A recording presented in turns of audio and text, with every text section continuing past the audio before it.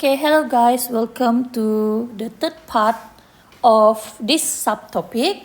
Now in this video, we are going to talk about reactants, okay, the species of the reactants. And in this video, it's very simple. We only cover one learning outcome only, and it is only C1, which is defining what is electrophile and nucleophile, Lewis acid and Lewis base. But for Lewis acid and Lewis base, okay, let's continue. Okay. All right. When we are talking about organic reaction, there are two types of species that we have to identify, which is electrophile and nucleophile. And this electrophile and nucleophile is only referring to the reagent. Okay, it is only referring to the reagent, not the product.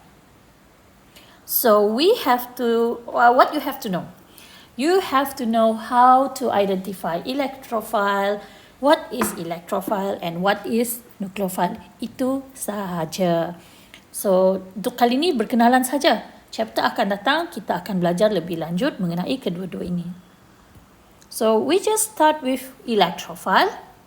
So what is electrophile? Now, before we go further, I would like to explain the terms electrophile.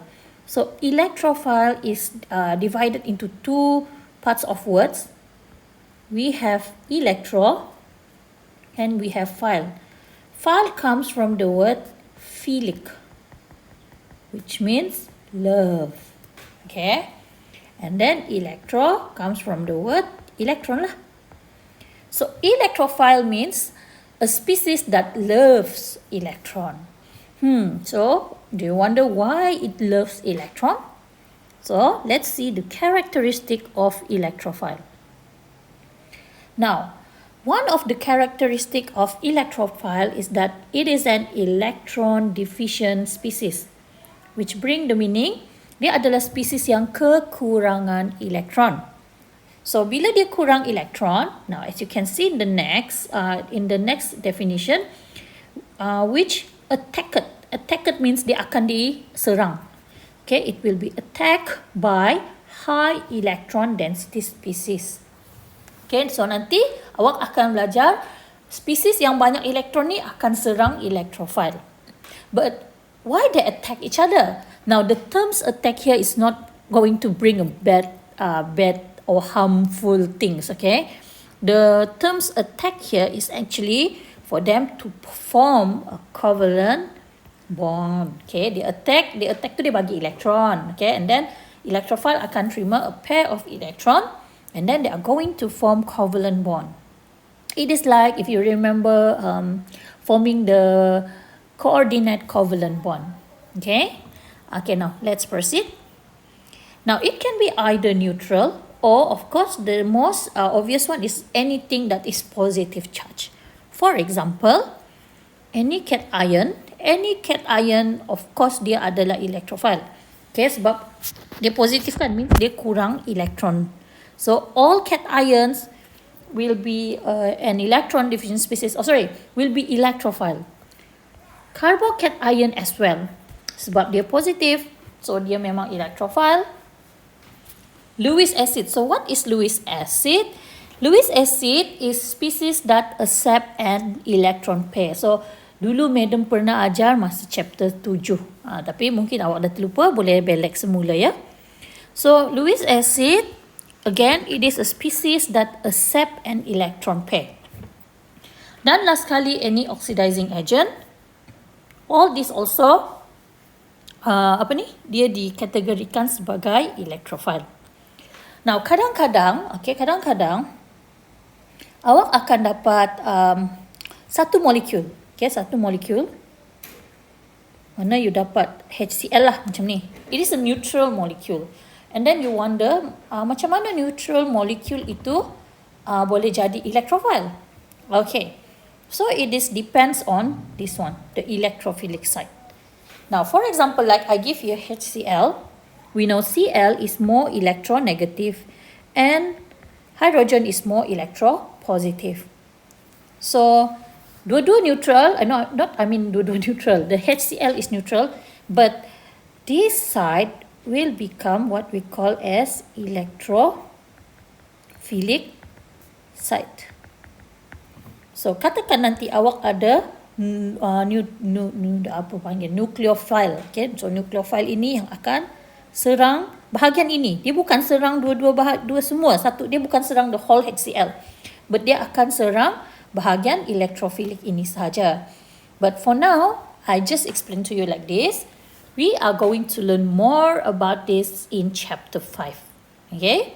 So stay relaxed everyone and let's learn about nucleophile. So of course nucleophile is vice versa to electrophile. Nucleophile. Nucleo is nukleon. Okay, kalau ingat nukleon. Nukleon tu kan yang tu apa nama? Nukleus di dalam atom. Consists of neutron and also proton.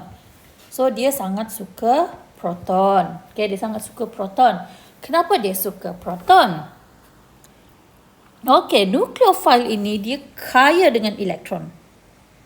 Okay, dia kaya dengan elektron. So like I said, macam electrophile tadi tu dia banyak proton tapi dia kurang elektron. So nucleophile ni dia suka proton kan? Dia akan serang electrophile. Now, again I said nucleophile is an electron rich species. Okay, kalau kita boleh kembali semula kepada electrophile. Okay, ingat tak yang ni? Okay, this part. High electron density species. Inilah yang kita refer sebagai nucleophile. Okay, this is what we refer as nucleophile. So, this is nucleophile. Okay, we continue. So, low density electron ni apa? Ini adalah merujuk kepada electrophile. So, what will happen? Sebab dia sangat kaya elektron, maka dia yang akan donate electron pair. Kalau electrophile tadi dia terima elektron, dia terima dari siapa? Dia terima dari nucleophile. So donate an electron pair to form covalent bond. So it can be also neutral, it can be also negatively charged. Paling obvious those with negative charge lah, sangat obvious. So let's see. Any anion dia adalah nucleophile. Carbanion negatif kan? So, dia adalah nucleophile. Kaya raya dengan elektron. Okay, next one is Lewis base. So, Lewis base is a species that donate electron pairs, such as ammonia, water, and H2S. Okay, and then any reducing agent or anything with lone pair. Anything with lone pair. Contohnya OH ini. O, kalau kita lukis dia ada lone pair. So this site can become nucleophilic site. Okay, ini macam Edo cakap lah. Kita akan belajar lebih lanjut bila kita sampai chapter ini. So again, nucleophilic sites. Okay, kali ini Madam bagi contoh C double bond C ataupun C triple bond C ataupun C double bond N. So all those double bond, okay, actually this double bond they are rich with electrons. So this is what we call as nucleophilic sites. Okay, don't worry, nanti kita belajar bila sampai chapter 5. Just untuk awak hari ini berkenalan sahaja. So, jom kita belajar berkenalan. Okay, let's see.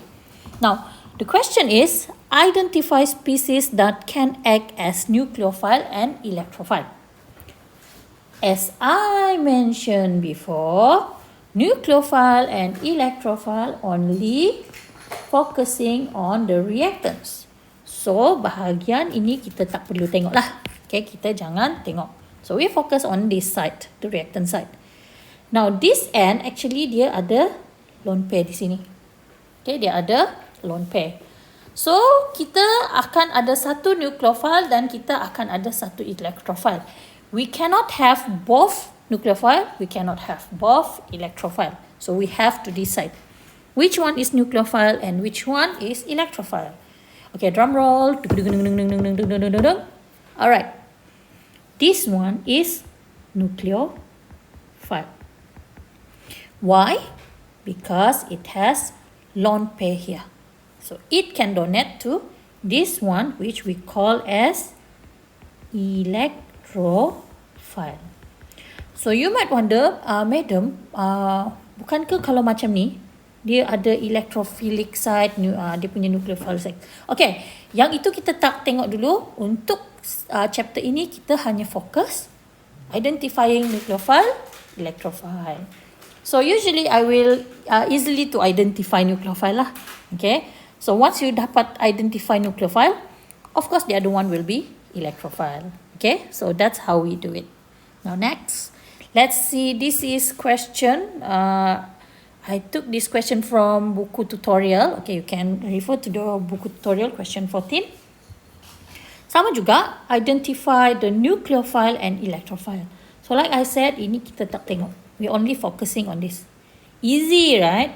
Kalau you tengok di sini lagi senang.